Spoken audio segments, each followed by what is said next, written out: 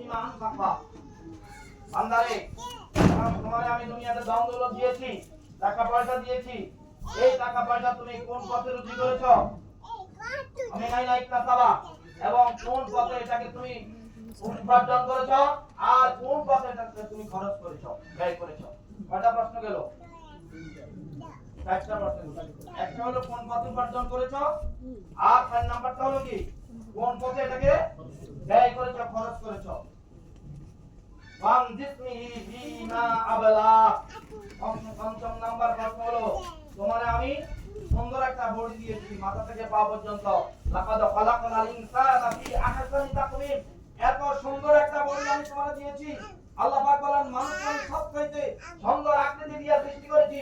বান্দা তোমারে আমি এত সুন্দর একটা বডি দিয়েছি, এই বডিটাকে তুমি কোন কাজে লাগিয়েছো, কোন কাজে ব্যয় করেছো? এই পাঁচটা প্রশ্নের উত্তর দেওয়া ছাড়া কোন বান্দা, কোন মানুষ আল্লাহ পাকের ওই কিয়ামতের ময়দানে আল্লাহর সামনে থেকে একটা কদম রাখতে পারবে না। তাহলে বলেন আমরা কি ওই প্রশ্নগুলোর উত্তর কি তৈরি করতে পেরেছি? ওই প্রশ্নগুলোর উত্তর কি আমরা তৈরি করতে পেরেছি, প্রস্তুত করতে পেরেছি?